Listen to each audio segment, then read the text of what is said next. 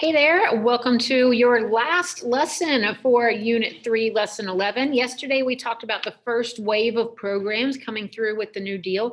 Today, we're going to talk about the second wave of programs and why they were necessary. So let's talk about this a little bit. Franklin Roosevelt, after he's president for 2 years and the New Deal is in place, he is seeing the economy beginning to improve. We're all pretty happy about it. I say we, like I was alive. People were pretty happy about it. But it's still not necessarily to his liking. So here's where the drop off was, right? And about 2 years after he's president is about right here at 1935. So as you can see, we are still well below where we were when we took that hit at the end of the 1920s. You can also see that into the future, it's going to continue to rise, and then it's going to start really shooting up, especially once we get involved in World War II. So the second New Deal, whenever it comes through and launches, is just a new wave of programs. It's going to give more extensive relief to both farmers and workers. It's like we talked about those 3 R's. This is going to be a lot of relief programs to continue helping the people that are still struggling.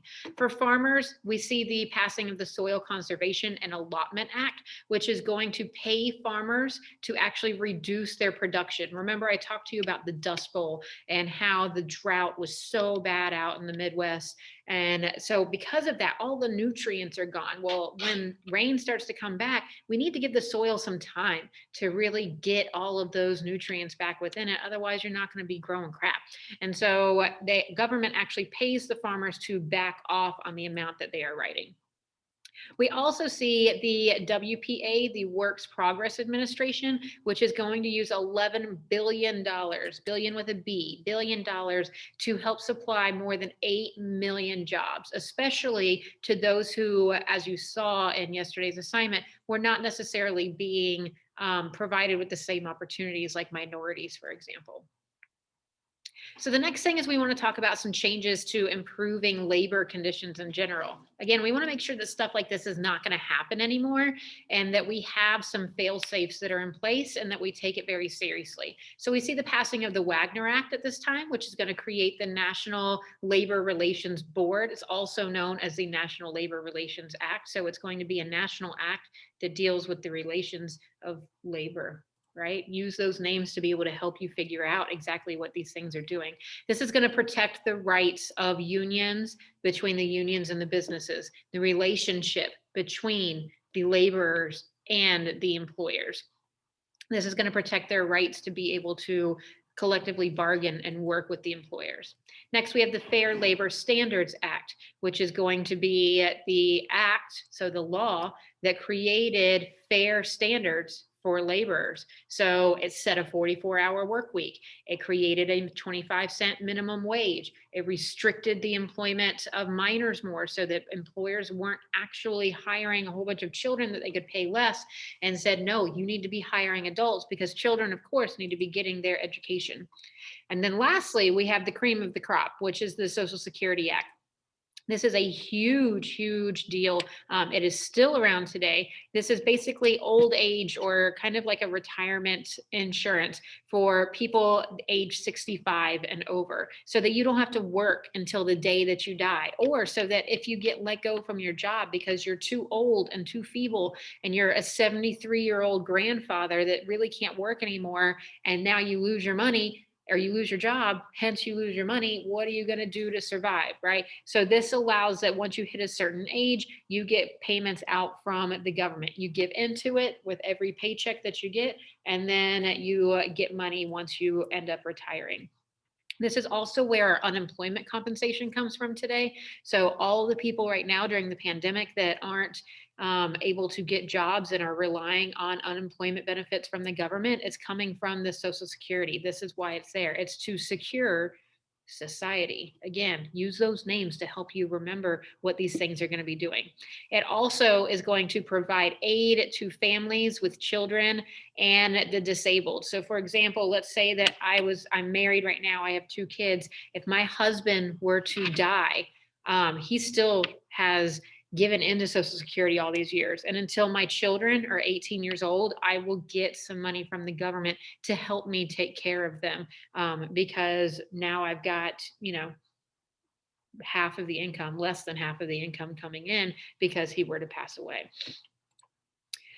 So the new deal eventually will draw to a close. FDR is urged to slow down by people in Congress and others by 1937. They're like, listen, you've done a lot. You've put a lot of programs in place. Let's let them take their course now. Stop adding. Nothing is a quick fix. Let's see what we put into place and let it actually do its job. So everybody's like, you need to just kind of slow it down a bit. The economy is going to experience a little bit of a small setback, but then it gets right back on track.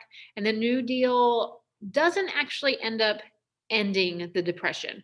It will reduce the suffering and it will help, but essentially what ends up ultimately drawing us out of the Depression is going to be the production levels during World War II, for when we're making things for other countries before we get into the war, and for once we are in the war and we are full stop ahead, going hard to create as much as we can to be able to win the war. And that ultimately is what's going to bring back the economy. So as I said, that brings us to an end of the New Deal in the 1930s. And this is our last lesson of this unit. Tomorrow, we're going to spend the whole time period reviewing for the test, which you will have on Monday. Your assignment today is going to be to do a little bit of review about the Great Depression and the New Deal. So this comes in the form of a Canvas quiz. So there's no interaction with this today. This is an all you assignment. If I go to the preview here, what's going to happen is that I'm going to have 7 questions to begin with that are going to come from this information. So you've got information about the causes of the Depression, the impact, some info about Hoover, info about Roosevelt, and info about the New Deal. And you'll notice that each question comes up one at a time. That way you don't have to keep scrolling way up and way down and way up and way down. So the information that you read is the same for each one. So you've got these questions here. Obviously, you can see it's the exact same kind of setup. You're going to answer all of these questions. Then when you get to the next part, I'm going to click right here where it says spacer.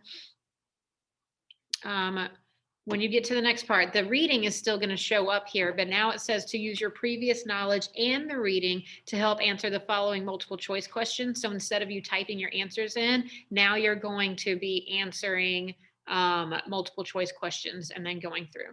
So once you're done with that, then you can keep working on assignments that you are missing.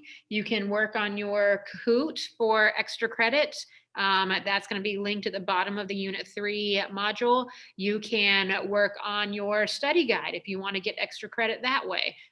Ultimately speaking, for this next test, you can get 3 points for doing the Kahoot, 2 points for one game tomorrow, 2 points for the next game, and then another 5 points if you do your study guide. So you can get free 12 points added onto your test if you would like to. So with that being said, I am going to step away from making this video. I've said all I need to say. If you have any questions, comments, or concerns, you know how to get in touch with me, and I'm here to help. I'll see you guys tomorrow. Bye, y'all.